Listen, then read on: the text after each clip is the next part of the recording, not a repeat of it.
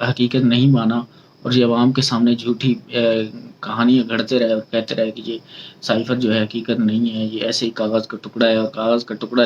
لہرا کر عمران خان جو ہے عوام کو پاگل بنا رہے ہیں۔ تو اس حوالے سے آج اعظم خان صاحب جو کہ پاکستان کے وزیر اعظم سابقہ وزیر اعظم کے پرنسپل سیکرٹری تھے، جو کہ پچھلے تقریباً 1 مہینہ سے لاپتہ ہیں اپنے گھر سے، اور ان کا کچھ پتہ نہیں ہے۔ عدالتیں جب پوچھتی ہیں FIA سے یا وزیر داخلہ سے تو وہ کہہ دیتے کہ ہمیں کچھ پتہ نہیں ہے، اور صحافیوں نے بھی جب سوالات کیے وزیر داخلہ سے تو انہوں نے یہ کہا کہ ہمیں کچھ پتہ نہیں ہے کہ وہ کہاں پر ہیں، اور ان کے گھر والوں کو پتہ ہوگا کہ وہ کہاں پر ہیں۔ لیکن آج اچانک سے ان کا یہ بیان آ جانا منظر عام پر، اور بیان بھی کسی مجسٹریٹ کے سامنے انہوں نے ریکارڈ کروایا، ایسا شو کیا جا رہا ہے مبینہ طور پر۔ اب یہ اللہ جانتا ہے کہ اس میں کتنی سچائی ہے یا کتنا جھوٹ ہے۔ اور ان کا بیان مبینہ طور پر کچھ یوں ہے کہ عمران خان صاحب کو جو سائفر دیا گیا، انہوں نے ایک تو غیر قانونی طور پر اپنے پاس رکھا، اس کو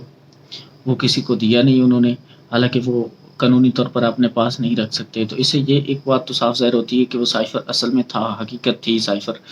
کیونکہ اب وہ خود کہہ رہے ہیں کہ سائفر جو تھا وہ انہوں نے اپنے پاس رکھا، سائفر تھا تو انہوں نے اپنے پاس رکھا، اس لیے سائفر کی جو یہ کہہ رہے تھے کہ جھوٹ ہے، غلط ہے، فلاں ہے، بیانیہ بنایا ہے، یہ ہے وہ ہے، یہ سب باتیں تو اب انہوں نے اپنے ہی منہ سے کہہ دیں کہ سائفر جو ہے وہ ایک حقیقت ہے، اس کو جھٹلایا نہیں جا سکتا۔ اور پھر انہوں نے کہا کہ سائفر جو ہے وہ ایک پاکستان کی سلامتی کے لیے اور 2 ملکوں کی آپس میں ایک خفیہ بات چیت تھی جو کہ عوام کے سامنے کرنا مناسب نہیں تھا۔ تو اس کا مطلب یہ بھی واضح ہو گیا کہ عمران خان صاحب نے اپنی ہی عوام کو پریورٹی دی اور اپنی عوام کو سچ بتایا، اور یہ لوگ عوام کے سامنے جھوٹے ہیں، اور یہ لوگ ساری باتیں جو ہیں وہ عوام سے چھپاتے ہیں۔ اور عمران خان اپنے ملک کی سلامتی کے اوپر انہوں نے کوئی بھی جو ہے وہ کمپرومائز نہیں کیا، تبھی تو آج تک پاکستان جو ہے وہ قائم و دائم ہے۔ حالانکہ عمران خان صاحب بھی ان کی طرح کے سودے بازی کر سکتا تھا، وہ بھی ایبسلوٹلی ناٹ کے بجائے ایبسلوٹلی یس کہہ سکتا تھا، لیکن انہوں نے نہیں کہا، انہوں نے اپنی عوام کو ترجیح دیا۔ اور یہی وجہ ہے کہ جو انٹرنیشنل اسٹیبلشمنٹ ہے وہ عمران خان کو اس وقت ناپسند کرتی تھی، اور انہوں نے عمران خان کو ہٹانے کا بندوبست کیا تھا۔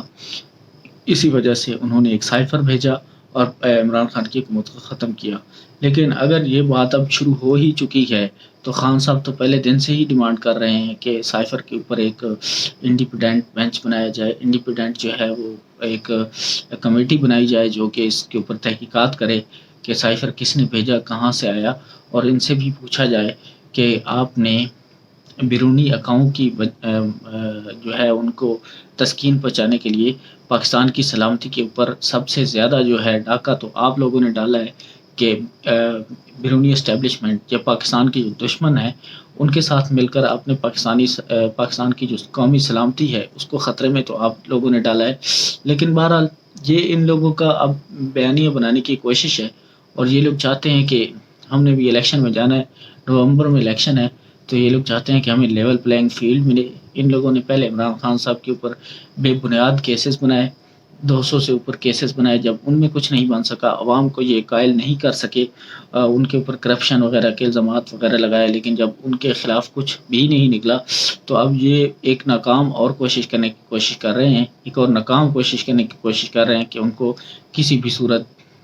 گلٹی جو ہے وہ فیل کروایا جائے تاکہ عوام میں ہماری کچھ پذیرائی ہو سکے۔ تو ایسا بالکل نہیں ہوتا، عوام جو ہے وہ عقل کی اندھی تو ہے نہیں کہ جو بیانات آتے ہیں یا اس طرح کی جو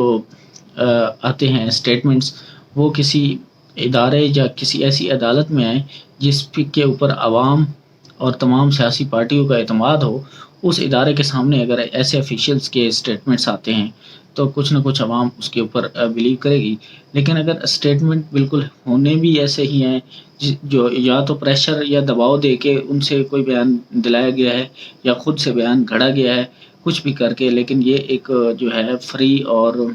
اوپنلی یا انڈیپینڈنٹلی جو بیان ہے وہ ایسا نہیں ہوتا۔ حالانکہ یہ بیان جو ہوتے ہیں یہ یا تو میڈیا کے اوپر دیے جاتے ہیں یا کسی جج یا مجسٹریٹ، ایسے جج یا مجسٹریٹ کی عدالت میں دیے جاتے ہیں جس کے اوپر عوام کو اعتماد ہوتا ہے۔ تو یہ تو ایک بات تو بالکل عیاں ہے کہ یہ بیانیہ اب ان کا چلنے والا نہیں ہے۔ ان لوگوں نے اپنے پیروں کے اوپر خود ہی کلہاڑیاں ماری ہیں اور یہ جاتے جاتے ایک اور بے وقوفی کرنا چاہ رہے ہیں کہ عمران خان کی جو مقبولیت پہلے بھی پیک پہ ہے اب اس کو اور اوپر لے کے جانے کی کوشش کر رہے ہیں.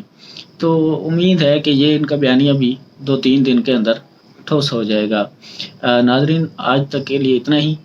ملتے ہیں اپنی اگلی ویڈیو میں. تب تک رکھیے گا اپنا ڈھیر سارا خیال. اپنے اس چینل کا بھی. اللہ حافظ.